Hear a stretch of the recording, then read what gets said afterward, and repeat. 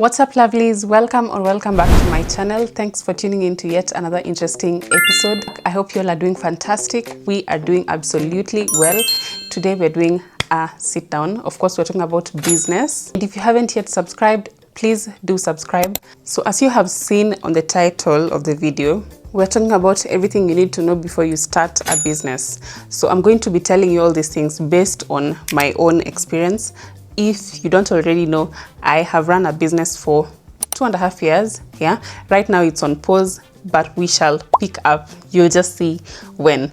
So let's get into this. So in the course of me running the business, there are a couple of lessons I picked from my own experience. Before I started a business, I did not take a business course. So I just learned about everything a business entails just as I was running it. So I know my audience consists of people who have run businesses, currently running businesses, either the SMEs, small businesses, people who have not yet started a business. Maybe somebody is watching me and is looking into starting a business. This video is definitely for you. Please note, I'm speaking based on the level I reached. So I might not have reached such a higher level, but these are the basics. Like if you want to start a business, all of these things are very important for you to know. And if you also have other tips that I haven't mentioned here, you can please mention them for us in the comment section so that we can also all learn. These are just the few that I know. It doesn't mean that sasa mimi ndio najua kila kitu. No. Yeah, let's get into it. So if you want to start a product-based business, like you want to sell products, one of the frequently asked questions I used to get was, where do you get your stock from? Who are your suppliers? And so on and so forth. A lot of people who are starting a business for the first time don't know that that is the easiest thing to get. Like, good quality products are not quite difficult to get. They might be difficult, but not so difficult. Like, it's not so hard navigating where and how you'll get the products and from what kind of suppliers, you know. That is the easiest part of it. Getting a product is one thing. Then marketing it, establishing social media for it, and actually selling it is where the challenge comes in. Yeah, so most people worry about where they're going to get the products instead of worrying how they're going to market to sell the products. Getting is not the problem, selling is the problem. Getting a product is not difficult, so let's get to the major points. So if you're starting a business for the first time, one of the factors you have to consider is pricing, because the price you'll start with is what your customers will get used to and is what will carry on with as the business goes on. So you need to price properly. You need to calculate all your expenditures and everything else before coming up with the price of your product. So you have to factor in things like the cost of production. Maybe you're setting up the place for the first time, Amanini, cost of production, cost of the products, your skill, marketing, paying staff, paying rent. You have to get all your expenditures together and consider the value of the product. So by the time you're selling it, you are getting good returns. So pricing matters most. The biggest mistake most people make while starting up something that it takes a longer time to pick is that they price the products very low. Then one day when the business has grown is when they're finding out that the pricing is actually not, money in is not equal to money out. So you have to really do a lot of math. Some people get discouraged when they are selling products and they're not moving at a certain price. So they tell themselves, let me lower the price. Yeah, so that's where the mistake starts from. Business requires a lot of resilience. You have to know how to market and sell the product at that specific price, because even if you keep running offers every other time because the products are not moving, now you want to run an offer so that they clear out. If you also keep running offers frequently, your customers will keep waiting for only when they'll get the offer so as to purchase your products. You don't even need to have offers monthly.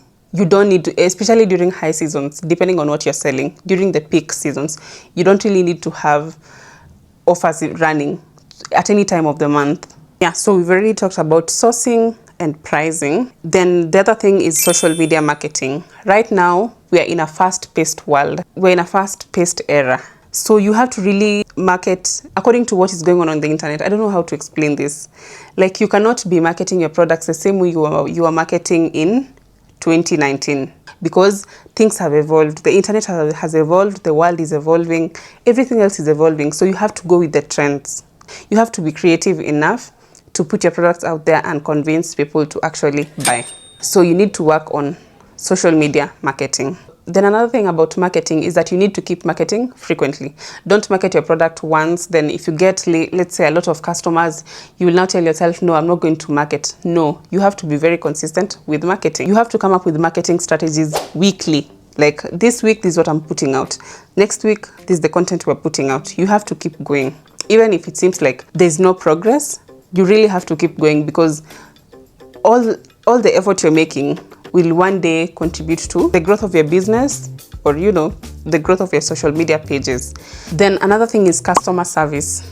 I really envy people who have done business courses and are running businesses. Well, not envy, but I think that's the direction people should go.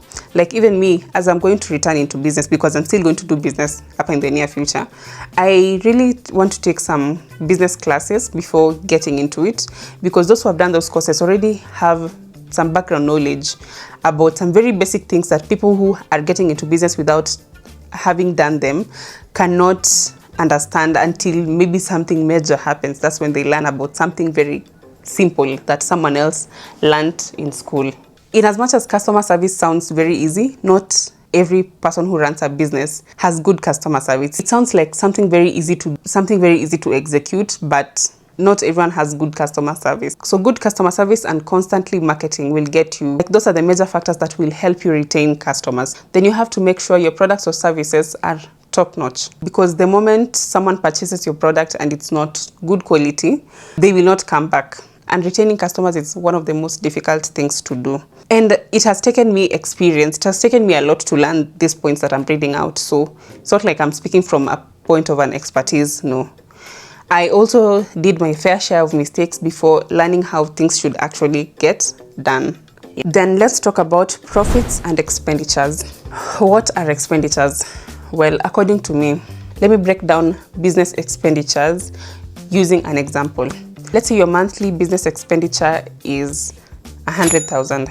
That is, if you're paying rent, if you're running it online, paying employees, buying, getting stock, losses included inside, because losses are also counted as expenditures. Your total business expenditure plus your total monthly expenditure, your personal monthly expenditure. Let's say your business expenditure is 100K and your personal expenditure is also 100K. By personal expenditures, I mean everything you're spending on yourself. Rent, food, entertainment, like any coin you are spending is your personal expenditure, to do anything, to pay for anything. Let's say your business expenditure is 100K and your personal expenditure is 100,000. Your capital is like 200,000. So 200,000 is your capital. So if you run the business this month and get 400K, then your profit is 200,000. So that's how I learned expenditures are calculated. If you calculate things this way, you'll always fall on the right side. You're probably never going to lack. So if you sell goods worth 100 and get 200K, you don't have profit there, because your personal expenditure is still 100K and your business expenditure is 100K. So it needs to double or even more. That's how you'll determine you're making good profit. Let's tackle another point. Before you start a business or while you're in the course of the business, you have to do some inner work. If there is something you haven't personally worked on, it will reflect in your business. Take, for instance, you're selling really good products, but you keep doing low pricing. That shows your self-esteem is low. Like, you don't think your products are worth the price you had originally thought about. So that shows you have low self-esteem and you have to work on it. If you are naturally a procrastinator, you'll procrastinate things even within your business. If you keep procrastinating, it will slow you down, even in business. Another example, if you are not emotionally intelligent, you won't know how to handle customers during a difficult moment. Let's say you've gotten into a heated argument with a customer. You won't know how to handle the situation and maybe go lower, or like just do something to calm the situation down and not blow it out. So, but if you're emotionally stable or emotionally intelligent, you'll know how to handle different situations that come about in business. Yeah, that will not drag you back, because if you don't know how to speak, even maybe to difficult customers, sis, I don't know. Then another point, let's talk about delegating duties. Let's say you started a business and you are the only one running it. you are the social media manager, content creator, stock taker, like you are doing everything in your business because it's a small business. It gets to a point where, let's say, customers increase and workload increases. Like now you need to do a couple of things at the same time and still ensure you attend to everybody on time, or like do deliveries on time. So when your business grows to that point, you need to start delegating duties. Like you need to share the duty with 1 or 2 extra people. Now, when delegating duties, it means you have to employ someone to help you do whatever you used to do alone. So this is an important tip you should consider when employing someone for the first time. And this is very important. I've learned from experience, I've learned from my mistake, not once, almost twice, thrice. When hiring an employee, make sure you're hiring based on skills. I know you're usually like, I'm looking for someone to help me do this as soon as possible. I want to get someone, we get into work, we get into business, we continue. But what you need to factor in is their skill. I've personally done the mistake of hiring based on pity parties, pity cases. Like someone didn't have a job, they have been kicked out, they have not paid rent, they really need the job because they really need to solve things, they have kids, so they really need to hustle for them.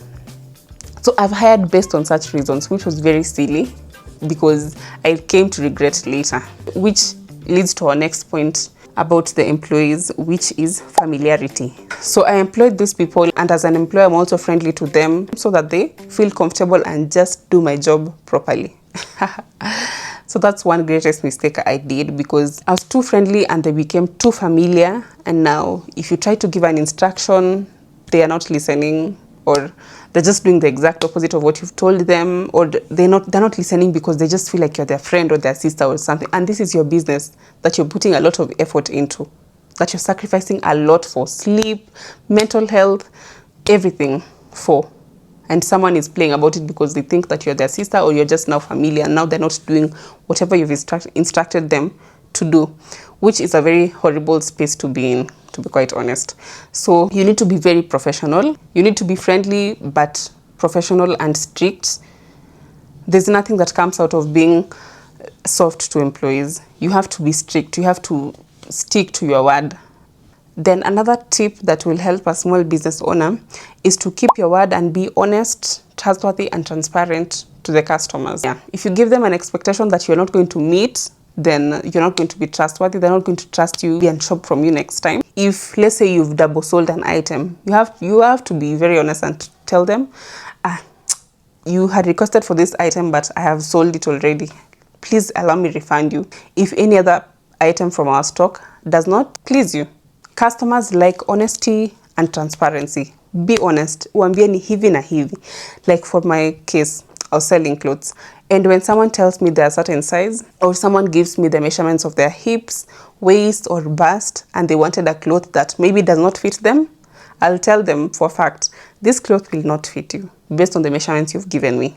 Yeah, rather than taking the money, then sending them an item that does not fit them, then everything else will just skyrocket and lipuka from there, which is not what we want. Then another thing is record keeping. Record keeping in that, take note of all the money you've received and all the money that is going out. This will help you calculate your profits, losses, and do all the business math. And also, another important tip under keeping records is maybe a customer had ordered something from you or your shop and it was out of stock at that moment. And they're asking, when are you going to restock? So you need to take down their details. Like you write down their name and phone number under pre-orders or something. And once the items arrive, you call them back and tell them that the item you wanted has been restocked. So if you'd like to shop, they can shop. So this way it builds trust with your customers. And apart from trust, it also helps retain the customers because of course they trust you already. Then also, before running a business or like just during the business, you should really believe in yourself. You should believe in yourself as the founder of the business for it to actually run. And you should have a lot of faith and resilience. There's no giving up in business, like no giving up. You really have to have resilience. Then another important tip is to know what to do when things get tough. You should know how you're going to run the business during low seasons. You should come up with ways of still marketing and getting people to purchase, or like just keep the business running without you incurring losses. And another thing is also taking advantage of peak seasons. Like, do the most during peak seasons, because there's always a time in business when it is very slow. When it is very, very slow, you even feel like giving up, closing, nini.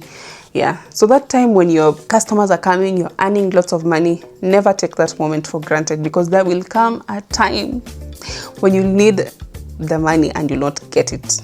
Did I also talk about creativity while marketing? We're in the digital era, and you really have to come up with creating marketing strategies to get your product and your business out there. Then there's also another thing I want to talk about. Your marketing style is going to attract the type of customers you're going to get. I can advise that you market using a well-packaged strategy. Like, there's a lady that was talking about how some people market their products using songs, the urban tone or gengeton. There's absolutely no problem with that, because especially on TikTok, sometimes if that sound is trending and it's well integrated into your content, then it tends to go out there. But they said if you market using those songs, you won't attract high-end clients. Like, you're not going to attract high-end clients who are going to pay a lot of money. And there's a difference between high-end clients and, I don't know what to call the other category. High-end, what's the opposite of high-end? Like, there's a difference between high-end clients and this other category of clients who like bargaining a lot, kukupeleka makona before maybe purchasing something. So your marketing style is going to determine the type of clients you're going to attract. My camera wants to go off, but we have to finish this video.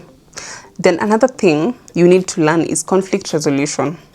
So when you're still the small business owner who is handling the client directly, like then you're the one who is still doing all other things and in addition responding to the customers. So they'll get to a point where there'll be conflict. There are usually conflicts from time to time. So you have to know how to solve the conflicts in a proper manner to protect the reputation of your business and to satisfy the client. The client is of priority. Yes. Then another thing, do not leave money on the table. Let's say you have a physical shop and your closing time is 8 p.m. Then a customer comes in at 8:05 just when you want to close and they want something of a very low price. Let's say the price of your products range from 200 to 8,000 bob. So they want a product worth 200 shillings.